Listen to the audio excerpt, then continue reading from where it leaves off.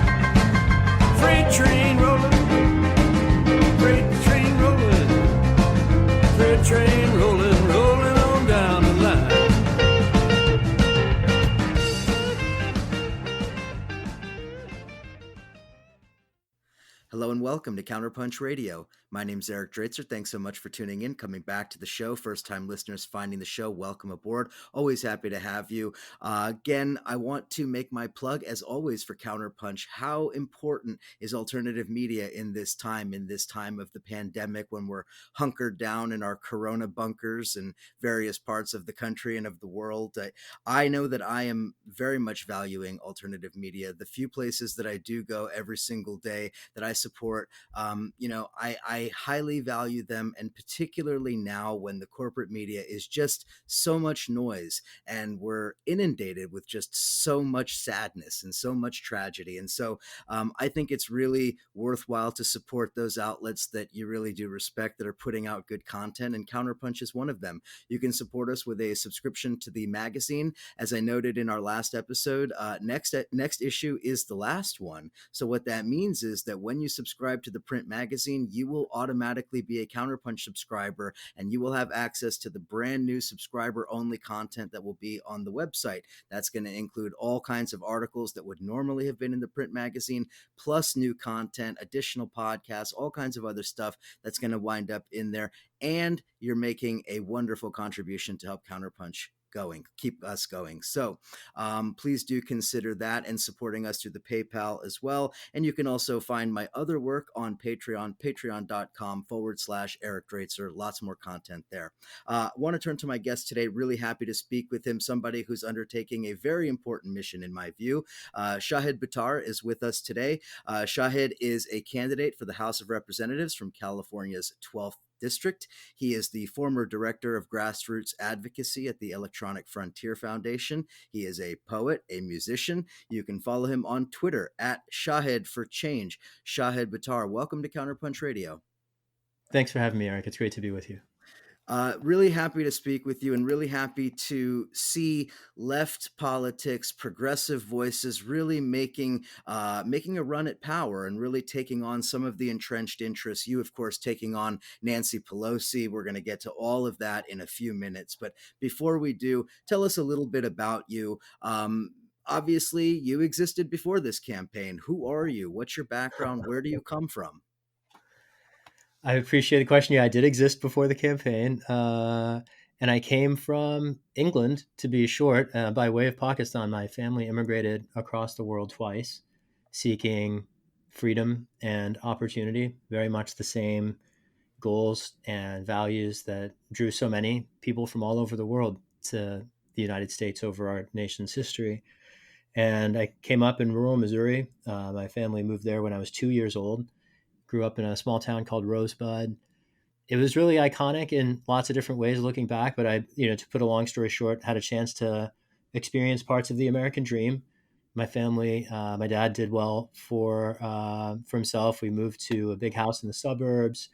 And then just as I was right as I was graduating from high school, we lost our home to foreclosure. So I saw that dream turn into a bit of a nightmare. And to some extent, I would say I experienced part of well, just to finish the loop there, I started college that fall at the University of Chicago, ended up on the street within a year because I couldn't even pay the registration from that fall. It took me 10 years to get my undergrad degree while I went to school at night. I was working in the financial services industry for Wall Street banks in Chicago. So I saw the precursors of the 2008 financial crisis. And I guess I experienced to some extent the precursors of the 2008 financial crisis in the sense that in the 90s, I went through what I think a lot of millennials went through 20 years later. And the corruption of the system that preys on working people was laid bare to me then. And, I spent the last 20 years after that. I had a chance to train and then teach at Stanford Law School. Spent the last 20 years at the sort of vanguard of the left around the country. I was one of the first advocates for marriage equality for LGBTQ couples around the country. In 2004, I had a chance to represent the second elected official in the country supporting the right of consenting adults to marry a partner of their choice.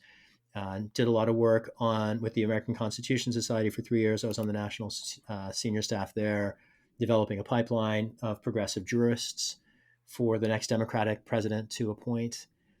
Founded a program to combat racial and religious profiling in a small nonprofit called Muslim Advocates. I led a nonprofit for 6 years dedicated to fighting the Patriot Act. It was called then the Bill of Rights Defense Committee. And still serve on the boards of a number of different nonprofits. I'm basically an intersectional, interdisciplinary liberation agent. And I'm here to defend my neighbors and the future from the ongoing failures of a predatory corporate system that continues to put corporate interests and corporate profits before communities and human beings. I think that's very well said, but it begs the question, with all of that said, with that resume, with your experience, and with the possibility of doing any number of things, why this campaign? Why taking on Nancy Pelosi? I mean, this is one of the most powerful people in the country. This is somebody who you obviously understand the odds are going to be stacked against you. So explain a little bit what led you to this campaign specifically, as opposed to, say, any other number of things you could have done. Hmm. Well, yeah, I was quite comfortable at the Electronic Frontier Foundation, and I had my monthly DJ gig in the Castro and got to play music festivals and organize against police departments around the country, and supporting net neutrality is a great life. And I didn't frankly want to leave it, but I've always, frankly, just gone where I'm needed. That's kind of when I went to Washington the first time, I didn't want to go, but I went to fight the right wing because that was what the call of the moment was. When I went to Washington the second time, I didn't want to go, but I went because that's where I was needed. And I'd rather live in San Francisco, frankly, but I go where I'm needed. And San Francisco needs a voice in Washington. Frankly, I think Washington needs San Francisco's voice to be more sincerely represented. And I'm very conscious, for instance, that SF is a SF was the city where the United Nations was founded. It's a city with a very deep-seated commitment to human rights and a deep-seated commitment to peace and justice, to immigrant rights, to inclusion principles that Washington, particularly under the administration of a criminal president, has no respect for. And to see Nancy Pelosi serve as an agent of, among other things, fiscal austerity rules, right wing coups in Latin America, concentration camps at our nation's borders. These are each one of those alone, let alone all of them together, would be unacceptable to me, disqualifying. And as a constituent, I'm just not willing to be represented in that way anymore. And she's been my member of Congress for 20 years. Effectively, when I went to Washington, I thought of myself as representing San Francisco even then, and I always came back here uh, in between. And I've watched her misrepresent my voice for 20 years, and I'm tired of it, basically. And at the end of the day, I grew tired of gnashing my teeth and recognizing that I have all the skills to do the job, and I have the networks to take the seat, it occurred to me that I couldn't justify not doing it. However much, frankly, I'd rather live my life.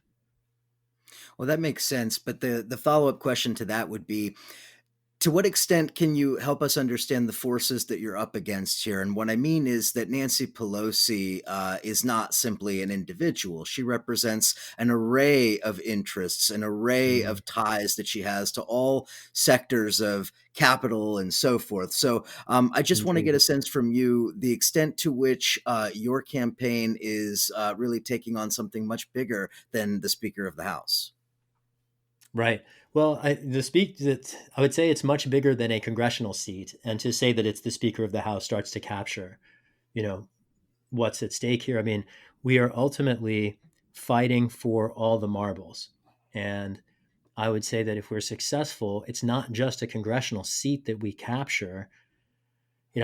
I aim to end the era of bipartisan corporate rule, and we can do that in this race, even if our movement doesn't have a standard bearer for the White House, we can still capture Congress. And the signal it will send when the leading corporate Democrat is removed, particularly by someone like me, right? I mean, I'm an immigrant. I have no property. I own nothing. I've never sought money. It's not my thing, but like I have a very long service history to this country defending our principles from both Democrats and Republicans. And as a, someone who's done the work in the courts, in the streets, in Congress, creatively, in the nonprofit sphere, as a direct action person, that background, when I hit Congress, I frankly don't think the body will know what hit it. Because in the same way that Bernie was running to be the organizer in chief, Congress doesn't have a lot of organizers in the body.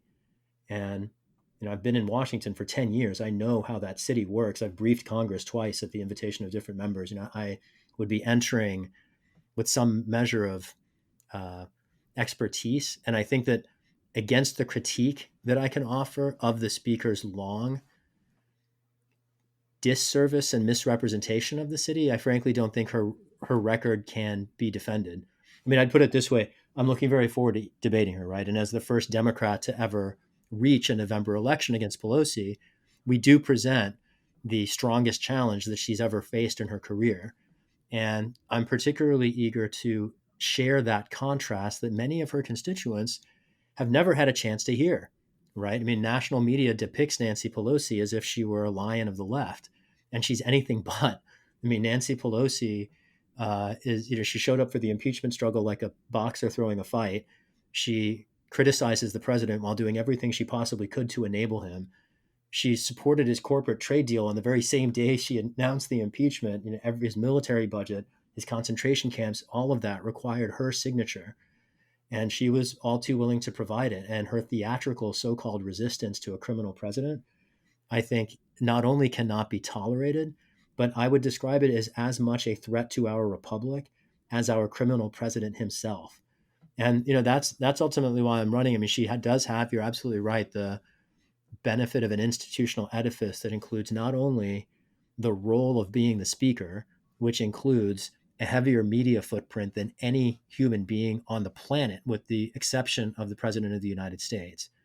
She also can raise more corporate money than I can even fathom. She has raised already more money from corporate trade associations and their PACs than we've raised for our entire campaign. And we've raised more money for our entire campaign than anyone who's ever raised against her in 30 years. Uh, and that's just from the corporate trade association PACs whose interests she defended in the most recent coronavirus bill when she went to bat for corporate taxpayer funded bailouts for corporate lobbying firms before.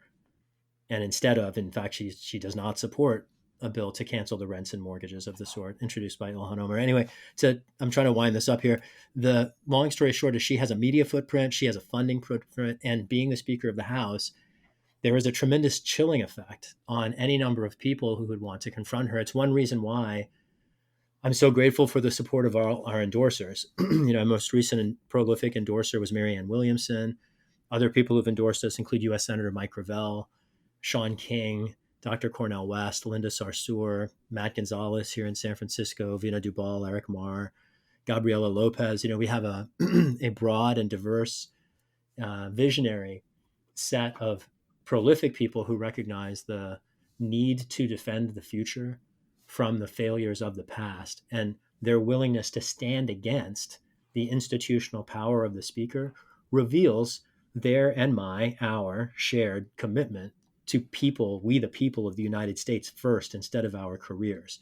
And Pelosi ultimately is defended by a legion of careerists and a legion of people who think that the corporate Democratic Party is the best that we can do in the face of fascism.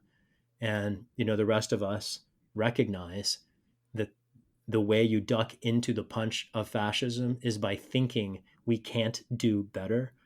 And corporate rule is already killing us. We can't take more of the same. Whatever yesterday was is not acceptable.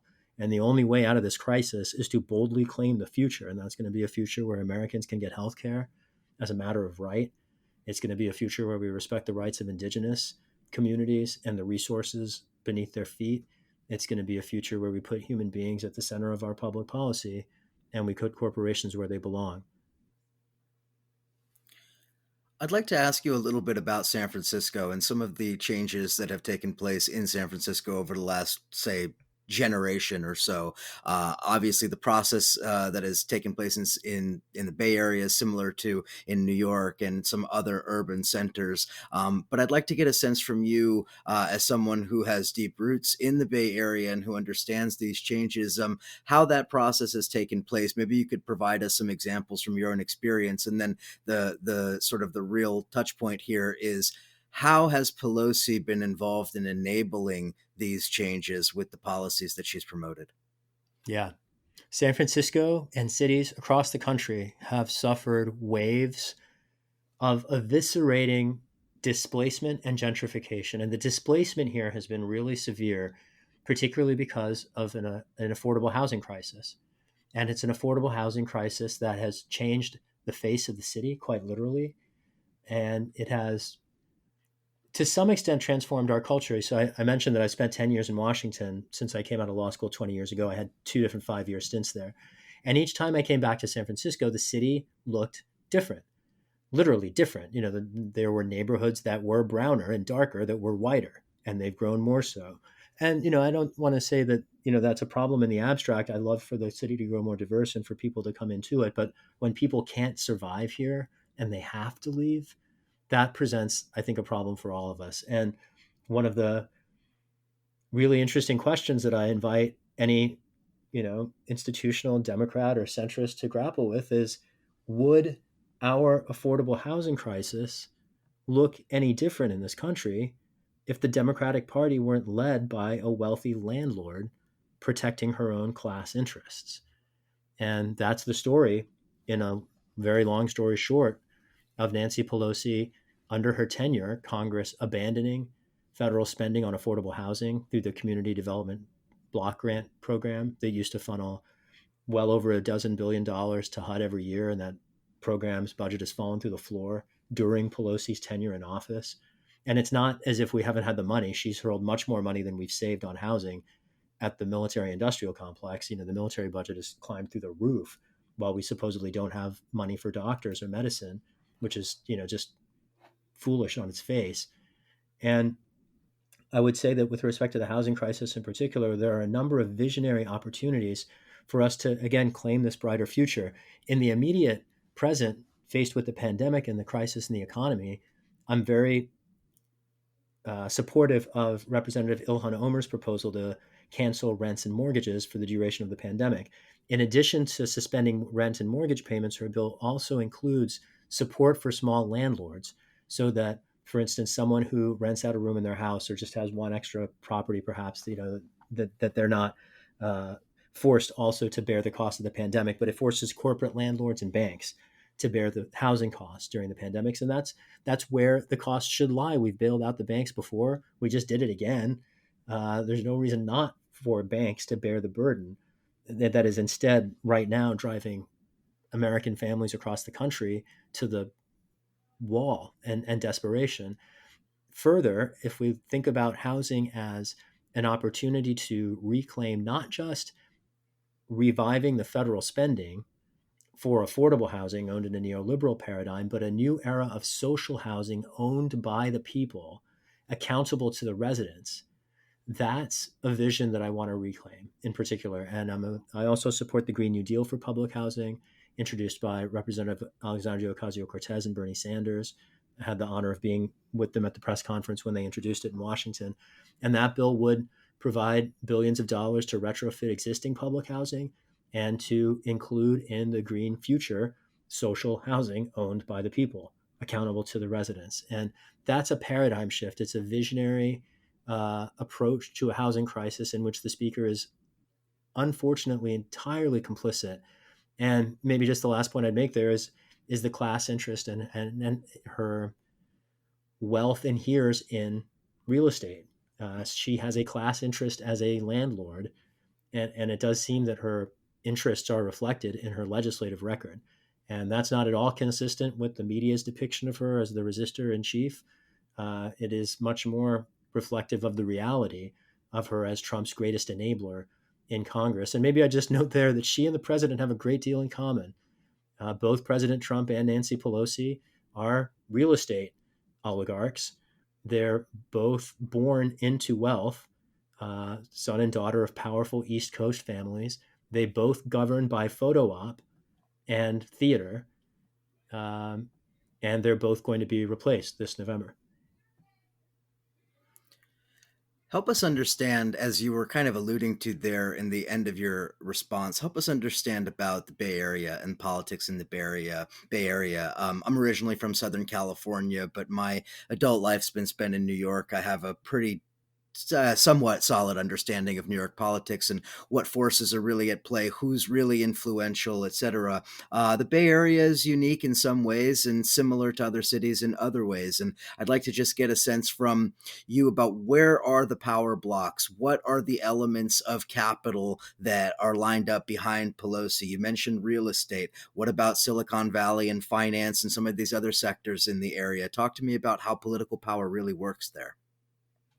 So certainly in terms of capital, the finance industry is one that she has a lock on. Tech is interesting. The behemoth in the Bay Area and San Francisco in particular is tech, and it's up for grabs. I mean, tech breaks for me. I worked at the Electronic Frontier Foundation, which many people describe as the conscience of Silicon Valley. That puts it a little charitably to Silicon Valley because that presumes that they heed the conscience at all, which is often, far from the case. But I have receipts in tech rights that enable me to, and have enabled me to gain a lot of support from that sector. Immigrants in the San Francisco and broader Bay Area have a very prominent role, both immigrants from Latin American countries as well as from Asian countries. And the diversity of our community and its international aspect is also very influential. I would say the Chinatown and Chinese American communities across the city from the west side to the Excelsior have historically been supportive of Nancy Pelosi. I do think, as an Asian American myself, running to expand human rights and challenge the emergence of authoritarian powers in the United States, many of the very same powers used by governments from which my neighbors fled and their forebears fled in other countries. I think those give me the opportunities to crack Pelosi's hold on those communities in the same way that I can on tech because of my work there. The gay community in San Francisco and LGBT communities across the city are pivotal and very influential. And having gone to court for gay rights when Nancy Pelosi refused to show up and she had all the institutional power and privilege of being the Speaker of the House under the Bush administration, and she refused to come out and say that she supported marriage equality. She opposed DOMA, the Defense of Marriage Acts, but she did not affirmatively endorse and champion the right of consenting adults to marry a partner of their choice. And I not only supported that, but I'm a cis hetero Muslim lawyer raised in the Midwest. Everything about that would suggest not caring. And, for me, rights are intersectional, and marginalization and oppression and liberation are all intersectional. And I spent that era saying to Muslim communities that marriage equality, equal rights for gay people is a Muslim issue. It's a civil right. We have to stand for civil rights, whoever they're for. And that's what I've been about my whole career. is defending, and in that case, successfully expanding civil rights, even in an era that people would recognize as generally dark. I think a lot of people would say that the last 20 years have witnessed a pretty sustained erosion across many liberal and progressive interests. One of the very few bright spots, I would say, is the expansion of gay rights. And I'm very proud to have been on the very early wave of that movement in its recent victories. And it was very alarming to me and revealing that Nancy Pelosi did not wield her power and privilege on behalf of her constituents. She hedged her bets and only openly declared her support for marriage equality on the eve of the Obergefell decision, 10 years nearly, I think 8 years after we filed or we were forced into court in New Paltz. I represented the mayor of New Paltz, New York, Jason West. He was elected as a relatively young person in his 20s on a Green Party ticket to his town's um, mayor's office, and I met him at a conference on organized resistance, talking about art and activism. I was talking about spoken word and hip hop MCs and organizing them to reclaim public space, which I've been doing in multiple cities for about 20 years. And he was talking about street puppets and large scale visuals in public. And we got to talking afterward, and he talked about some constituents who had lost partners. They were New Paltz is in the Hudson Valley. Many of his constituents had moved there from New York City, and older in life folks in particular who had lived through. Many of them had lost partners to the AIDS Holocaust years before, and they were particularly interested in making sure, as they were getting older, that their partners could visit them in the hospital. And it was like the story of human need and the willingness of powerful people to turn a deaf ear to them is a story that I'm just not willing to tolerate, basically. And so I'm very grateful for the chance to have litigated that case. And while the case was unsuccessful, the movement was successful. And marriage equality is a federal right now. I'm proud of that. And I think that that history also will be very pivotal to swaying folks, for instance, in the Castro and the gay community. So between the immigrant communities, the Castro, the tech community, those are several of the critical sectors here. And I'm grateful to be supported by a lot of voices from within each of them. And just a last question, real quick, just to finish up on that. What about the trade unions in San Francisco? I mean, to what extent is the city unionized? I mean, obviously, there are no cities in the United States that are really union cities anymore. But New York, for example, is more union city than some of the other large cities in the country. So, how is it for the trade unions in San Francisco? Are they firmly in Pelosi's pocket? How does that work? So I've had occasions recently to speak at labor rallies, particularly for the ILWU, the Longshoremen's Union, which has organized a few new locals at a craft brewery and a bakery and cafe chain here in San Francisco. And among the chants we've shared there is that we say it loud, we say it proud. San Francisco is a union town, and I am disappointed to report that many of the unions have endorsed the speaker. I would describe that as reflecting something between Stockholm syndrome and the powerful, again, chilling effect that the speaker can impose on people who have needs before her office. She is a very powerful figure, and she is willing both to offer carrots and turn screws. And that style of leadership can compel and it has compelled, at least from the leadership of some unions, a certain degree of allegiance. But given how much those positions that she takes undermine the interests of those unions, rank and file, I have a great deal of confidence that we can, even without their institutional endorsement, compete for their functional support. So I have support from rank and file members of each of the major unions, if not the unions themselves. One of the unions, I'll leave it unnamed for the moment, is opening a formal endorsement process to us. I'm very excited about it. Um, I do think, in particular, the unions that lean to the left, so those representing educators, um, nurses, those representing government employees, communications professionals. I think there's a lot of opportunities, writers, a lot of opportunities, emerging sectors of tech workers that are unionizing, a lot of opportunities for them to support us and for us to engage those sectors of the labor movement and the newer forming unions like the ILWUs. Being on the an active organizer in the cities, uh, socialist community, I'm very visible to the ranks of people who are organizing now. And the institutional labor unions, I haven't had a chance to do any favors for, and she certainly has. And that creates a headwind. It's among the obstacles that we confront. But it's, again, one I'm quite confident that we'll have a chance to overcome, particularly because, to this point, I won 33,000 votes in the jungle primary 2 months ago, which is what puts me in the position of being the first Democrat to ever challenge her in a November election. And to this point, we have recruited the support of 20,000 donors around the country. The scale and the national footprint that our campaign is attaining, I think, is going to enable enough support that even the institutional backing for a conservative incumbent by the labor unions will not be enough to save her seat. We've in the wake of the pandemic particularly pivoted to the phones, and we launched new digital tools to enhance and scale and streamline our phone banking operation. And many hundreds of people have been trained on our tools. We have a few thousand more left to train among our established volunteers. We're getting dozens of new people are signing up to volunteer every day. We still have nearly 6 months left and just a single city to cover. So I have a great deal of confidence, in spite of the labor unions having their own institutional interests, that will be in a position to vindicate the interest of their rank and file by removing the speaker and empowering a bolder representation for Democrats in Congress and a more sincere representation of San Francisco in the House. All right, let's take a quick break. On the other side of the break, I want to talk a little bit about Bernie and how that campaign evolved and how it concluded, and what we can learn from that and what we can learn from the emerging left, as it were, and its place in American politics. So stick with us. On the other side of the break, we'll continue the conversation with Shahid Buttar. You're listening to Counterpunch Radio. We'll be right back.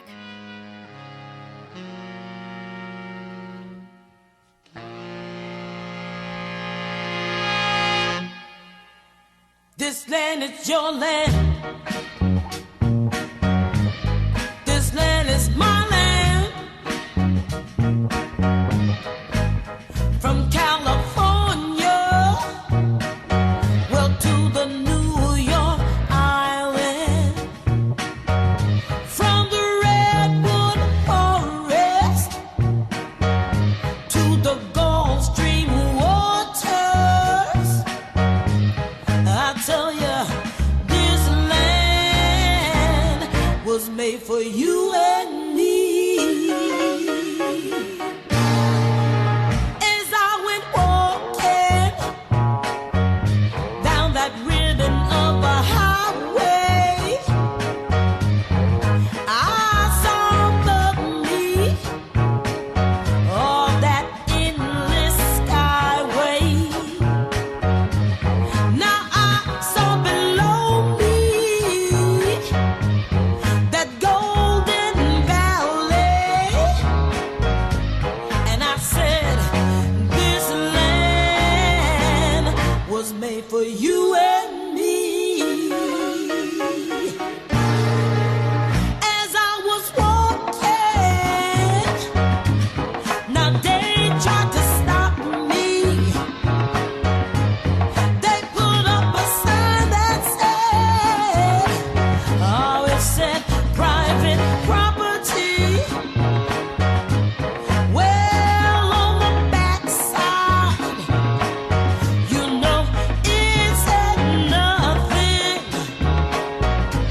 So it must be that side was made for you and me. Yeah.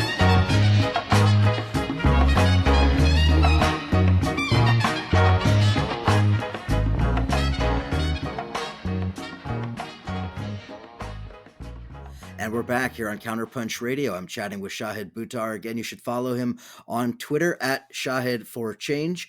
We've been talking a lot about the campaign and some of the forces arrayed against you and so forth. But I do want to talk a little bit here in the second half of our conversation about Bernie and 2016, 2020, and what we've witnessed over the course of the last few years. So I guess I'll just take it from the top and get your assessment of Bernie's campaign and the end of Bernie's campaign and what you take from it. I take away from the end of Bernie's campaign that the institutional Democratic Party would rather lose to Donald Trump than lose to a voice defending climate justice and future generations. And it is a disappointing reflection of the party's willingness to coalesce against the nominee who clearly had the most support, the most diverse base, far and away the most support among the young people who will have to bear the costs of the status quo, which looms very large in the choice among the presumptive nominee, let's say, and the incumbent in the White House. I'd say the end of Bernie's campaign also reflected to me the one of the implications of "not me, us." It's a very packed phrase with very, frankly, intense and profound connotations. One of which, and I think this was implicit from the beginning, Bernie, as an older man, recognized and literally said about 1,000 times in public, "I can't finish this, y'all. You are going to have to finish this." And I take that very seriously. I heard him.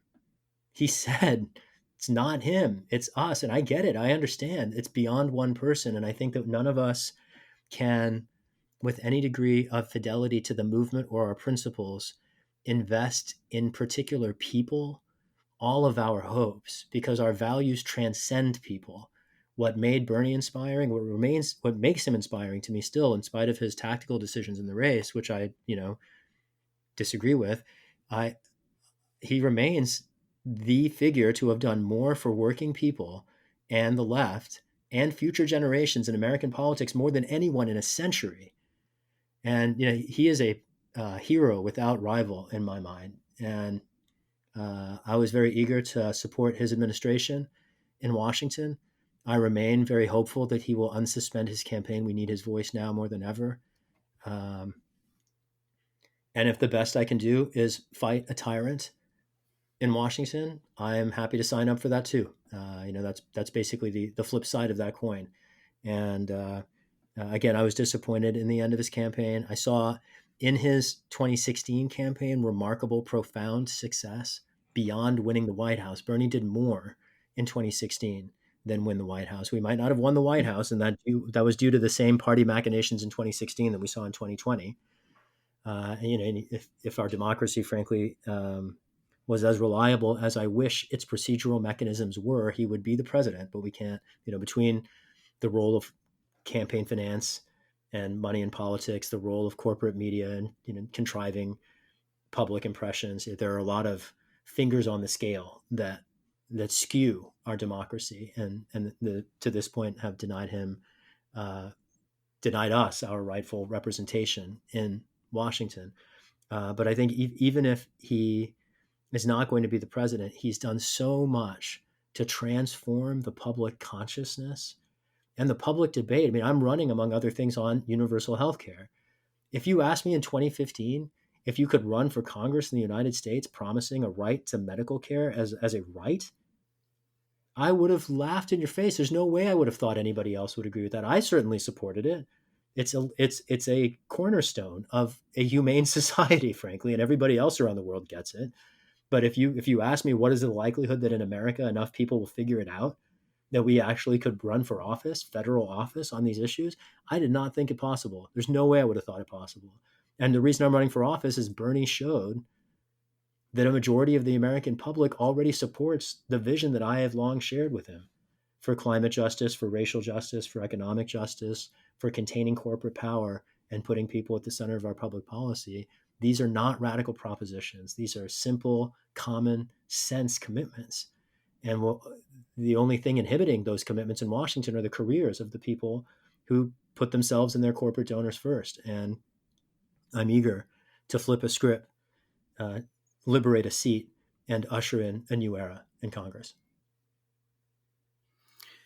So you said there in your response that you think that ultimately what it comes down to is that the Democratic Party would rather lose to Trump than to beat Trump with somebody like Bernie, with the kind of policies that Bernie was advocating. But implicit in that is the idea, I think, that the Democratic Party is all but omnipotent. That is to say, it wields such a degree of power that it is able to crush a grassroots movement that undeniably had millions of supporters and unquestionably had more popular energy and support than any of its rivals. And yet the party was able to crush it. So that then begs the question, and of course, I'm only restating what you were obviously already pointing to. So then that raises the obvious question: why run as a Democrat? Hmm. Well, so the party can, just to challenge parts of the premise, the party can crush any challenge in the primary, but it can't do it in the general. That doesn't play in November. It's why the party keeps losing elections, and frankly, it's one reason why the leadership invites, I would dare say, demands accountability. We demand accountability of the leadership because it keeps losing elections for that very reason. The reason I'm running as a Democrat is to take the party. I could run as a Green and I would know I wouldn't take the seat, but I'm running to take the seat. San Francisco is far and away a Democratic Party town, and I'm not running a protest campaign. I'm running for the marbles. And frankly, even if I could run as a different party and still have a viable shot at the seat, it wouldn't even then necessarily have the same message within the party as removing the party leader. That's the goal for me. As much as liberating the seat, it is remove the icon of corporate rule and change the paradigm to declare basically the message that no centrist who represents an urban district is safe in the Democratic Party. Every Democrat who represents an urban district needs to either show up for their constituents or we will show them the door. And Pelosi's the next one. AOC did it with Crowley, and we were just getting started. I understand. I want to push back a little bit and just ask you this question because it's something that is constantly, debated in the left circles that I run in, and among communists and socialists and others of that stripe. And ultimately, the question I want to ask you is: when we have socialists or progressives or however people are identifying, when we have people running as Democrats and running in these campaigns, generating all of this energy, getting people to invest, whether it's investing in actual donations or whether it's investing their time and energy and so forth, and then ultimately ending up with nothing at the end of it. That is a constant cycle that at Mm, least I've seen over the course of my political life, going back to, since I've been of age. And so right. my question to you is: how are we to understand this, not only your campaign, but this particular cycle? How are we to understand this as anything different from anything else we've seen previous? Right. The key is movement building. This is what differentiated Bernie from everybody, frankly, who came before. And it's what we are trying very much to emulate in our campaign. And that is the using an electoral campaign as a lever to organize people. Right. So there is a traditional view of campaigns that are very staff centered. And, I would even describe, you were asking at one point to contrast Bernie 2016 and 2020. And if I had a particular contrast, I would say that the 2020 campaign was better resourced, it was more professional, and it might have been weaker as a result. And, I think the mass participation in the 2016 effort and the 2016 effort's willingness to embrace decentralized grassroots support at the time by necessity enabled a character of campaign that not only put people at the center, but enabled them to continue organizing even after the campaign was over. And that's the key. The campaign can't be the end or the goal. The campaign is a means to organize for liberation. And an election is one momentary opportunity to demonstrate support, to seize institutional power. And there are any number of others. For instance, in 2016 when Bernie ran for the White House, I had a chance to meet a couple that had recently moved to San Francisco from Boston, and they started throwing disco parties at the Elbow Room, a club in the Mission. And these parties, Baby Burn with an E, ended up raising $40,000 for the Sanders campaign in 2016. It was the largest recurring fundraising event on the West Coast for that summer. Coming out of the party series was a group, the San Francisco Berniecrats, which is now the flagship group for the Our Revolution Network. It includes dozens, I think hundreds, in fact, of local members. I think the membership is something on the order of 500. They turn out dozens to meetings. And when Bernie launched in 2020, in fact, well before he launched in 2020, that group was organizing not just for Bernie, here's the point, but they were organizing for judicial candidates. They were organizing for a measure on the ballot to ensure community housing, not unlike the vision for socially owned housing owned by the people we were describing before. They were showing up for struggles around police surveillance. They were showing up for struggles around immigrant rights. They were showing up for struggles around environmental racism here in the city, organizing around issues, and the electoral campaign being an amplifier for those issues. So our campaign, we've stood very actively in solidarity with labor unions organizing those campaigns I mentioned before. Most recently, Wildcat strikers at UC Santa Cruz, who it turns out we discovered over the weekend were the targets of military surveillance, countering student worker organizers. It amazes me that we are tolerating this erosion into this not even slide, but dive into authoritarianism. We've been shouting out and supporting campaigns around immigrant rights, campaigns around stopping police violence, particularly in the wake of the killing of Ahmaud Arbery comes to mind. We've been standing in active solidarity with residents and community members at Hunters Point. It's a neighborhood here in San Francisco, long subject to any number of marginalizations, including some pretty profound environmental injustice issues around toxic siting and the Navy basically poisoning a neighborhood for generations. We've stood in solidarity with climate justice issues, particularly, and universal health care.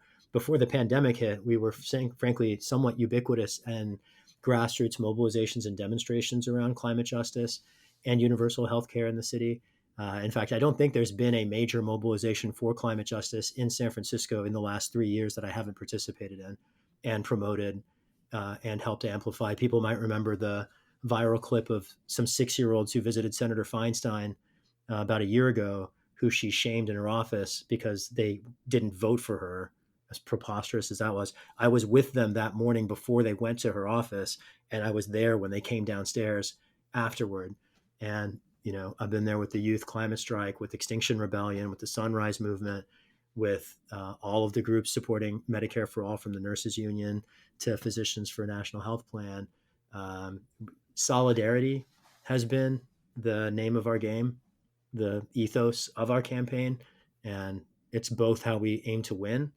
And I think it demonstrates why I'm qualified. It's why Bernie was qualified. Solidarity is the indication of who you stand for and who you stand with and on whose behalf you'll fight when you get to Washington. And I've been grateful for the chance to prove that. And I'm looking forward to taking those values to the House.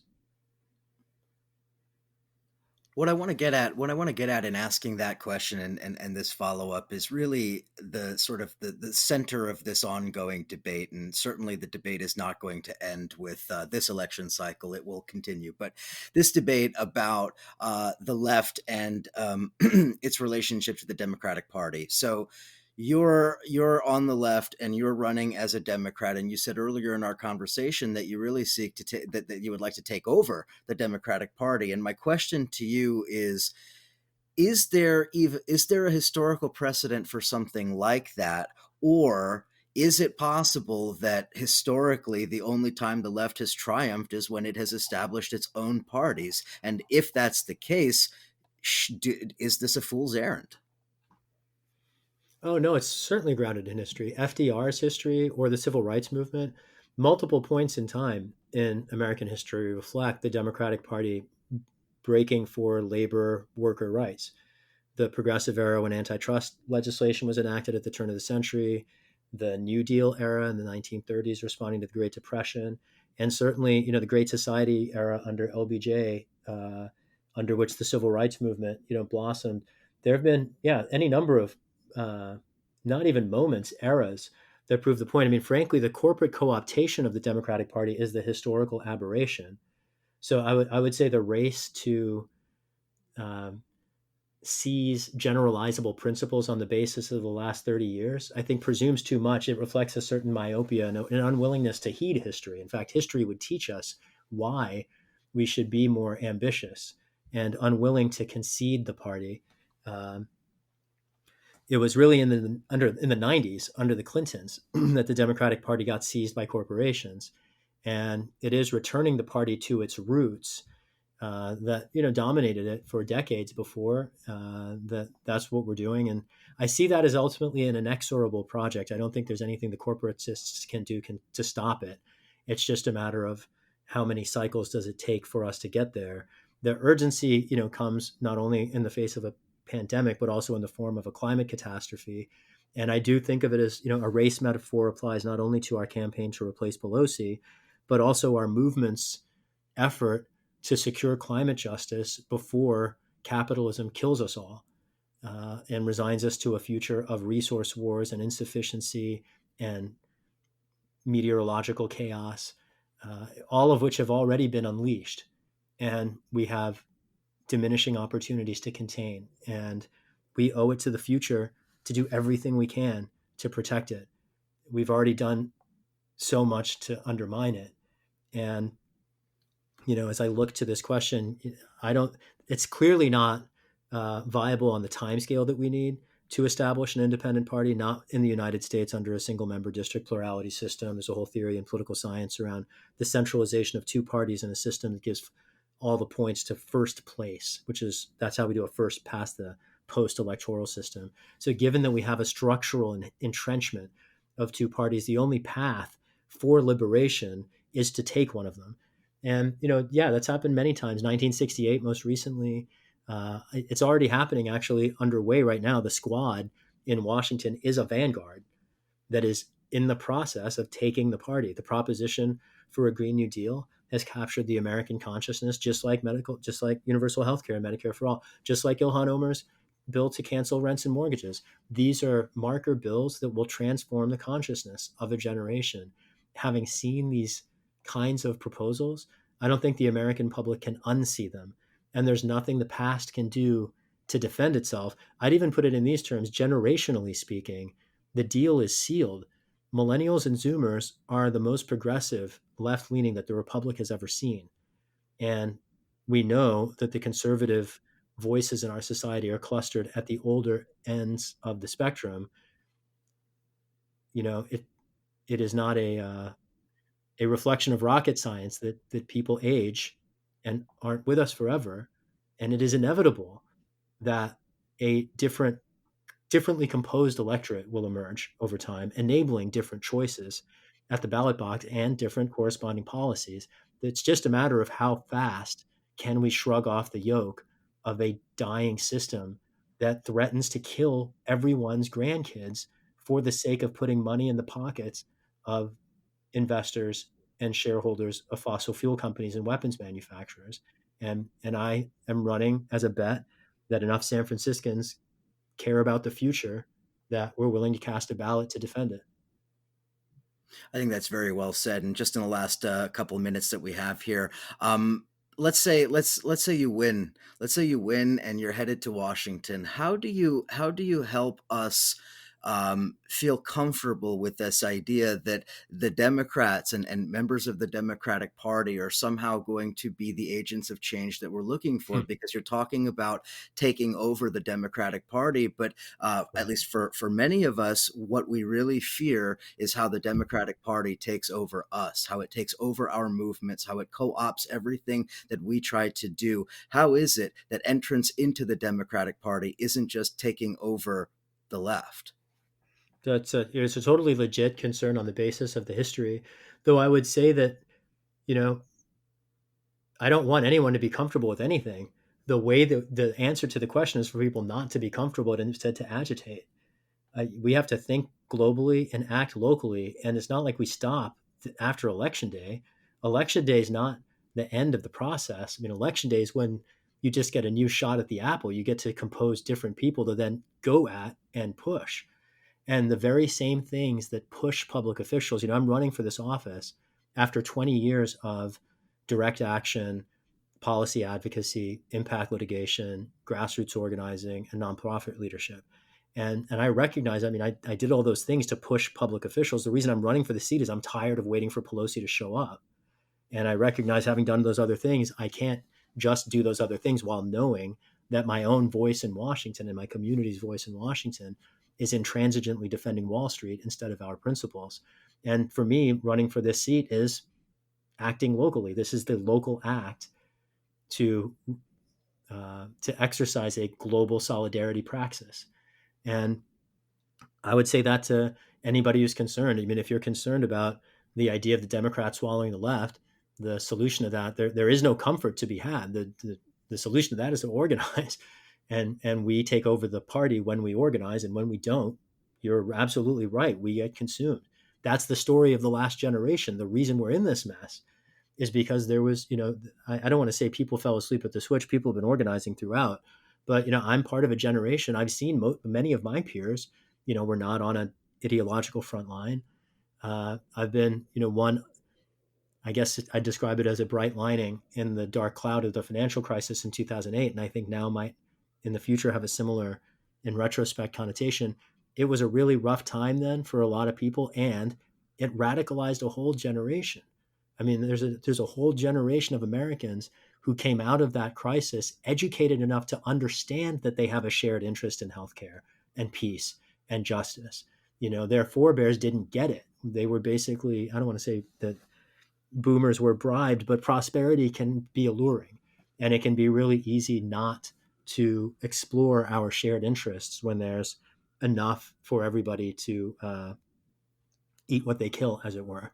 But in that era of prosperity, there was a lot of contrived abundance, and it's important in this time that so many different compounding crises are emerging, from an economic crisis to a public health crisis, a constitutional crisis, a global crisis in climate chaos, a global crisis in migration and human rights. I mean, I could go on.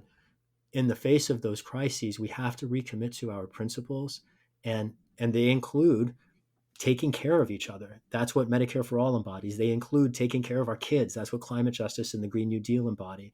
It is the failure of our system to guard those principles that I think requires us to step in to claim them.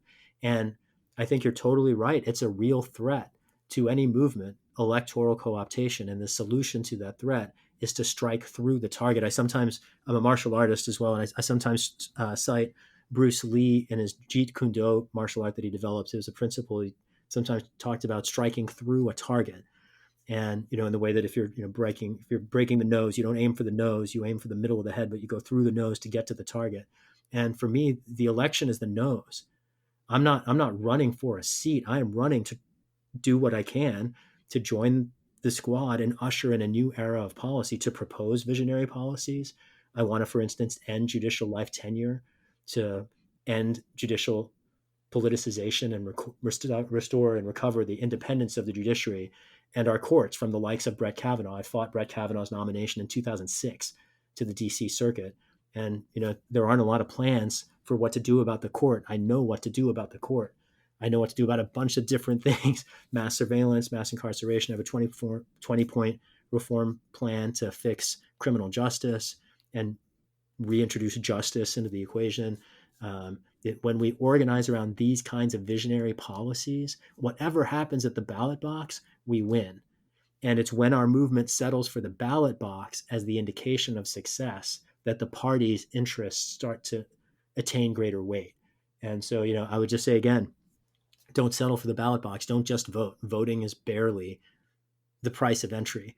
After we vote, we have to show up at meetings. We have to listen to our neighbors. We have to show up in solidarity. We have to redeploy our privileges. We have to embody praxis. We have to learn and act and organize and listen and iterate and show up and agitate and advocate.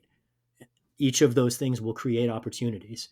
And I'm eager to get on the inside and be an ally to the outside movements from the inside, and to leverage those opportunities that I'd have as a member of Congress: oversight, constituent services, legislation, on behalf of those same principles and those same social movements that I've been a part of on the outside. That's how we avoid getting subsumed by the party, is we take our fight into the institution through and beyond the election. Thank you for that. So we're basically out of time, but I do want to give you a chance, Shahid, if you could, to help us help direct people to your website, to resources that they should make use of if they want to support your campaign or get involved in various fights that you're involved in as well. Anything that you want to share. Thank you, Eric. I appreciate that. Folks can visit us online at shahidforchange.us. We're also on each of the major social media platforms: YouTube, Twitch, Twitter, Facebook, Instagram at Shahid for Change. And I'll particularly invite people to sign up to volunteer with us. We have a phone banking program with hundreds of people from around the country that have already been trained. We have a few thousand that are in a queue that we're working through. We'd love to invite any of your listeners to join us. That's a big part of how we're going to liberate this seat. Critique will not be enough by itself. So we're going to need a lot of help, and I invite that support. And again, shahidforchange.us or at Shahid for Change on social media sites. Shahid Buttar, thanks so much for coming on Counterpunch Radio. Really appreciate you giving me your time this evening. It's been a great conversation. Thanks for having me, Eric. Keep up the great work. Listeners, thank you as always for listening, and we will chat again real soon.